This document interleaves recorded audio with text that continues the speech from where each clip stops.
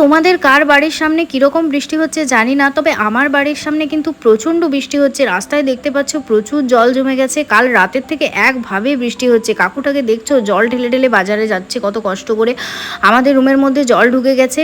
আর money plant গাছগুলো কালকে সারা রাত ধরে আমি এরকমই জানলার ধারে রেখে দিয়েছিলাম, তাতে মনে হচ্ছে যে একটু বেঁচে গেছে, কারণ সারা রাত জল পেয়েছে আর সারা রাত ধরে বৃষ্টি হচ্ছে আমাদের এদিকে। একটুকুনো জল থামার কোনো নাম নেই, একই রকম স্পিডে জল হচ্ছে।